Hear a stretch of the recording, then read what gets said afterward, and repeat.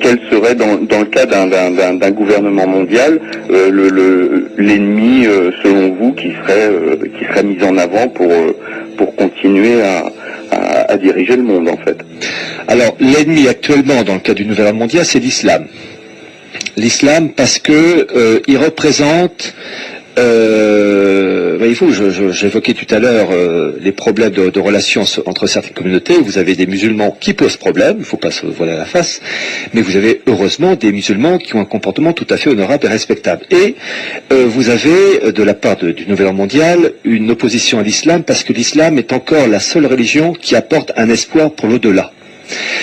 La différence entre un Européen, un Américain et un musulman, c'est que l'Européen ou l'Américain, ils ont peur de la mort.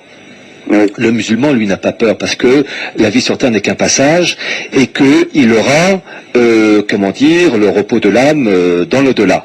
Et c'est une, pour l'esprit mondialiste, c'est une concurrence qu'il ne peut pas accepter, car le musulman va pas, ou en tout cas beaucoup moins, se focaliser sur les plaisirs matériels, sur la société de consommation. Oui. Et donc il faut à tout prix détruire cet islam qui ne porte pas au nu j'allais dire l'American Way of Life. Je dois dire attention que ce principe-là existait chez les catholiques pendant des générations, mais depuis Vatican II, les catholiques ne sont plus catholiques. C'est complètement paganisé maintenant ou déchristianisé. Bon, donc l'islam représente encore le dernier. Je suis pas musulman, je suis catholique, mais je reconnais que l'islam est le dernier carré à vraiment s'opposer à un esprit matérialiste mercantile, car pour la religion islamique, et non pas islamiste, islamique, il y a l'espoir de l'au-delà. La vie sur Terre n'est qu'un passage.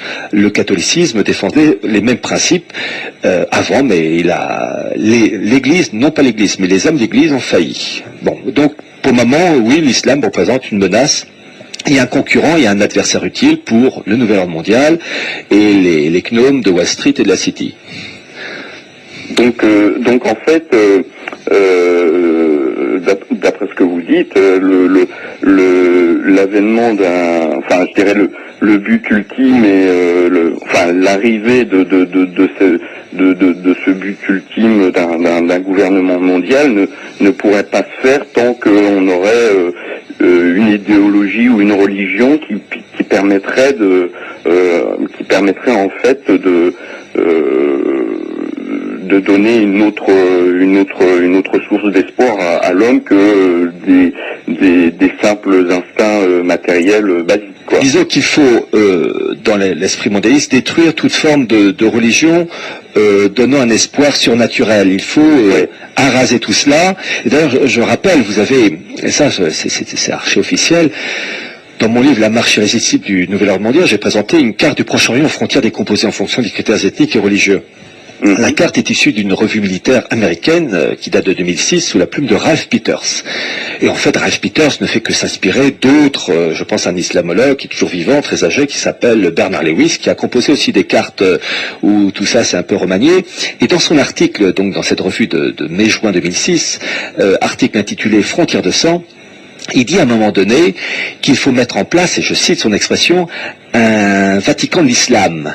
Parce que il dit, en gros, je résume sa pensée, il dit que l'islam est incompatible avec l'esprit actuel et donc il faut changer cet islam. Et on peut le faire qu'avec un sort de Vatican, un clergé qui, ayant l'esprit remanié, j'allais dire un Vatican II musulman, et bien ayant l'esprit remanié, on pourrait donc influencer l'islam pour le rendre adaptable à l'esprit du mondialisme. Et c'est vraiment écrit en toutes lettres. Et donc, ça a moins l'avantage, c'est qu'on sait à quelle sauce on va te manger. Alors, ils ont réussi avec le catholicisme, puisque je rappelle, Vatican II, c'est en fait la bascule. Avant Vatican II, l'Église catholique disait c'est au monde de s'adapter aux principes catholiques. Après Vatican II, c'est l'Église qui doit s'adapter au nouvel ordre mondial. C'est la fameuse encyclique Pacem in Terris de Jean XXIII jusqu'à aujourd'hui Benoît XVI. Voilà, donc le catholicisme, ça y est, ils ont gagné, il reste plus que l'islam, voilà, qui essaie de résister. Mais enfin, vous savez, la vérole, c'est contaminant. D'accord. Très bien, mais merci beaucoup et puis bonne continuation. Merci bien. Merci pour toutes vos recherches. Merci beaucoup. Au revoir, Raphaël. Merci, au revoir. Au revoir.